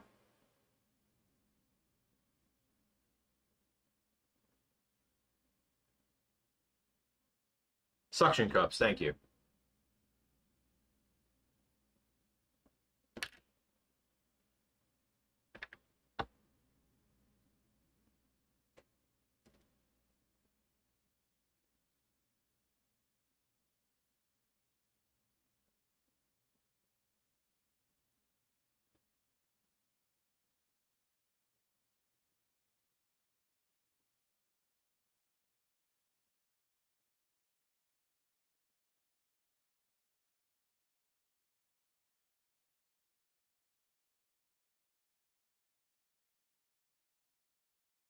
Yeah, this I would really like to have a hard model of the sea bear and the sea rhinoceros.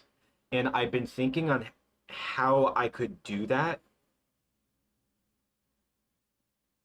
Like the sea rhinoceros doesn't move really. So I could make like a sculpture of the sea rhinoceros and implement it into the episode. I'm just trying to think how I would make it work.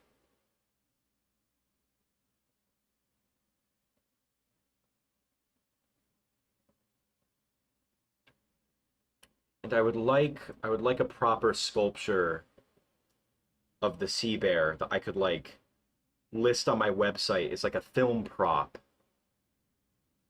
Because after the Popeye project, I was able to put the sculpture that we made together on my website as like a film prop from one of my productions that you can own.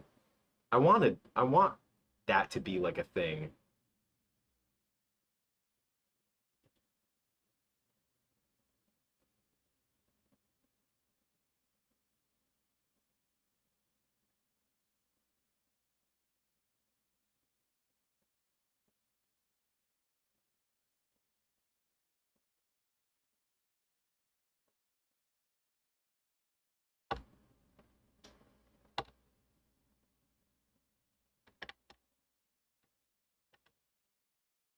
All right. Sweet. So we have two. It's just trying to find like what mouth needs to take place in between these two and thereafter.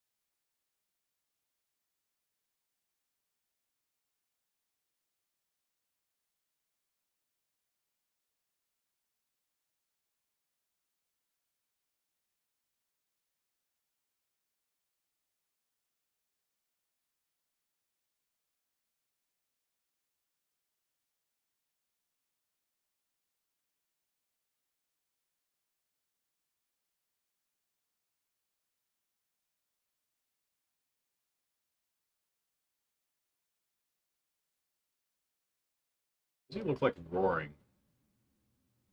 Okay. His mouth gets big. Very big.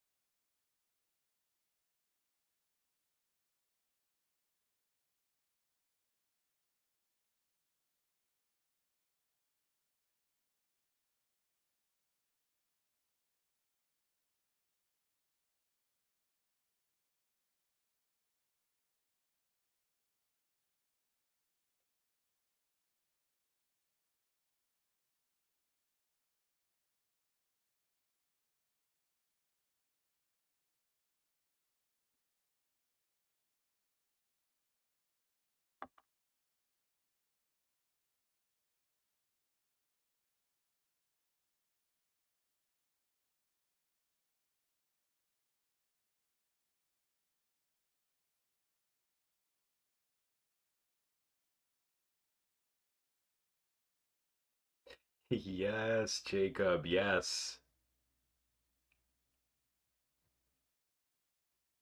And to think that like I used to do all this alone, you know? People always say that like animating is very, very lonely. And that's one of the reasons I like it. But especially with modern YouTube, it's just so cool to be able to do this with an audience by the power of the internet.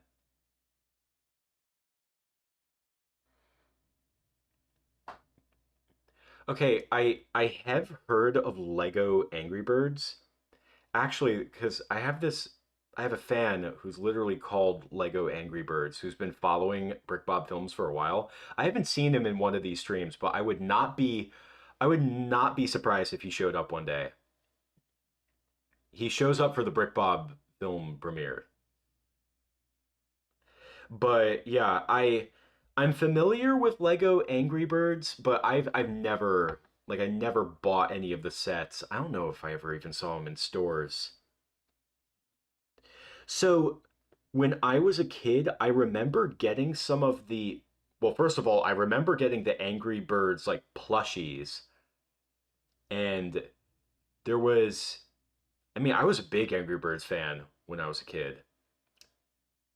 The original, I remember playing that. It was like it was so early into the mobile phone boom. Angry Birds was like OG. Was it like 2011 or something? Angry Birds Space, Angry Birds Rio, Angry Birds Star Wars, like Angry Birds really took off.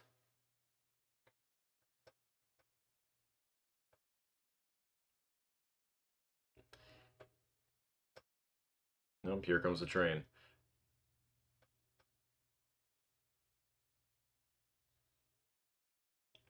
Yeah, I never got any of the Lego Angry Birds sets, but I did get like I think I got like a, a Angry Birds Star Wars playset or something like that.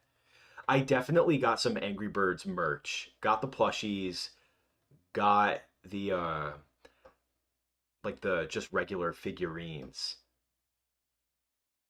I remember I had someone got me a slingshot. Perfect gift for a young boy, and I would slingshot my Angry Birds plushies.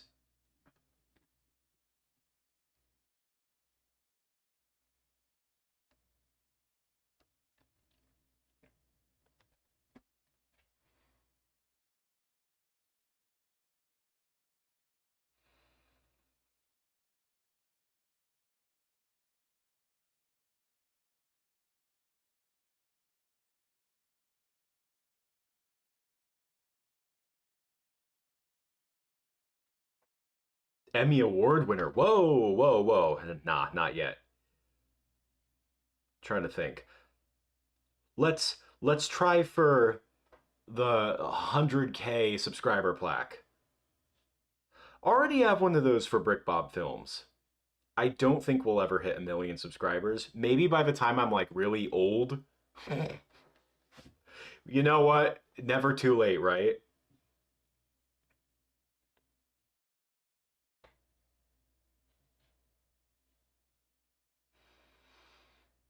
But no, we're almost at 16.1 thousand subscribers here. Not too shabby.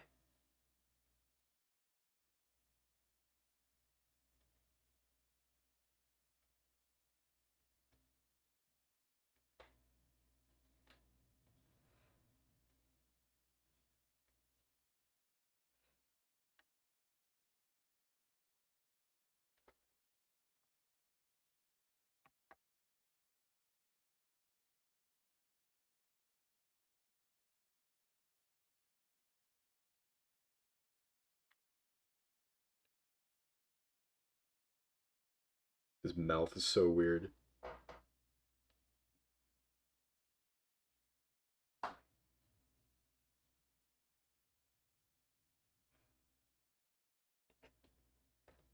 Shout out to chopping lettuce at night.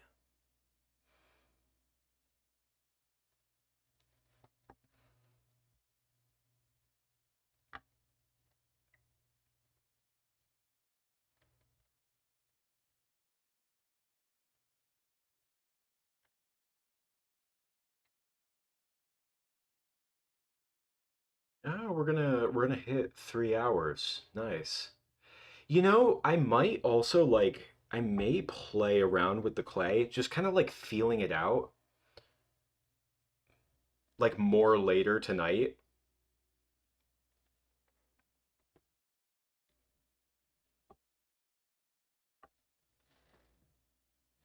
Did I watch the Angry Birds movie? No, I remember when the Angry Birds movie came out. I must have been like 14 or something. I did not watch it. They made a sequel, right? It's so weird how like technically it's a video game movie. It's a mobile game, which are kind of like in their own almost like their own category entirely from like regular video games. But yeah, it was like a video game movie that had like a budget thrown at it. What animation studio even did that?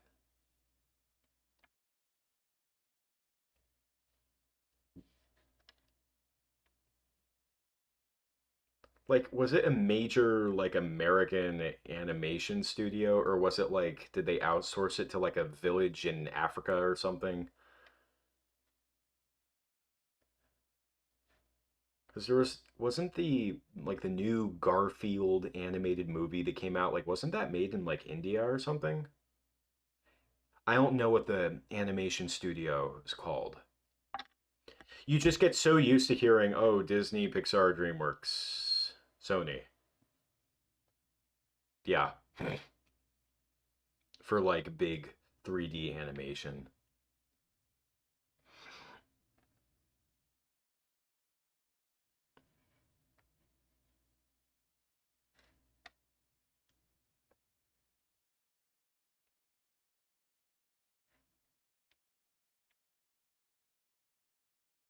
Yeah, I feel like I'm definitely gonna play around with this Sea Bear a little bit more later. That's the thing. It's like when you're designing a puppet and like, it has to move, has to express, has to animate. So you're designing and you're problem solving on kind of two different levels.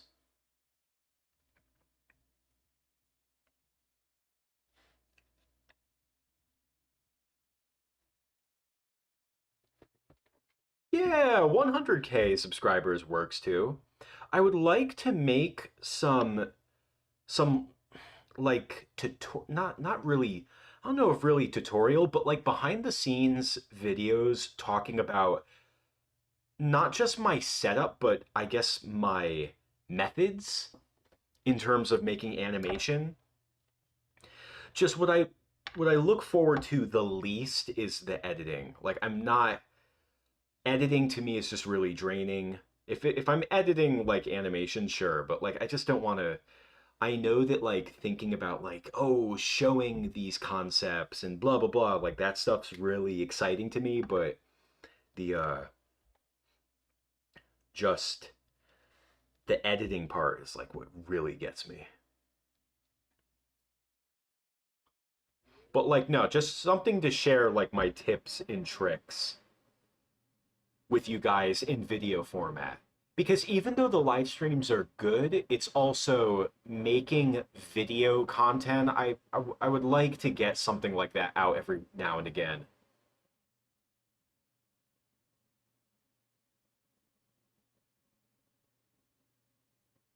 Nothing wrong with that.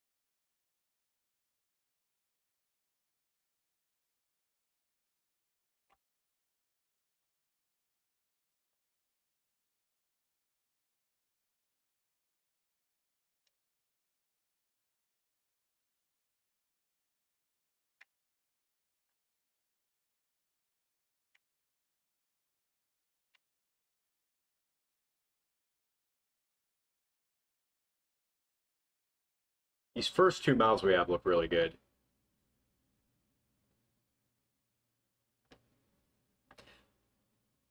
Yo, thanks for seeing the Popeye animation. I'm like really torn right now because it's like I had to mute the first 10 seconds of it because of a copyright claim. And now I'm like, should I just unlist the video and then re-upload it with an edit made to it? I just like I'm so sick of re after re-uploading some of those BrickBob Films episodes this year, I'm like so sick of re-uploading animations.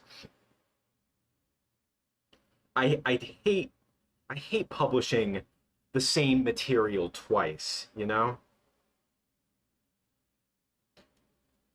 So like I muted the copyrighted audio, so it's monetizable and such, and it's not blocked in any countries. But now there's just this, the first 10 seconds of the animation, there's no sound at all. It's just it's awful. No sound effects even, because the whole thing is just muted. Yeah, first 10 seconds has to hook the audience, so I'm like, oh, oh well, what can you do? Anyway, I am going to call the stream here. I am going to experiment a bit more with the sea bear later, and this is the last scheduled stream for the week, but since it's only Wednesday, chances are I'm going to be streaming again at some point this week spontaneously. Well, and then, so like, I'm trying to think, like, realistically, I'm trying to think how many mouths the sea bear needs. I don't think it's going to be a lot, though.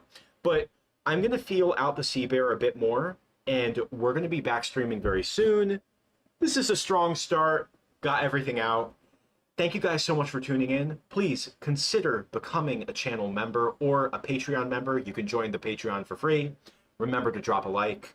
We're going to be back really soon. We still have a lot of work to go, but looking forward to see how our sea bear all comes together. So, thank you guys so much for joining. I'm going to call the stream here. I'll see you guys next time really soon. Take care.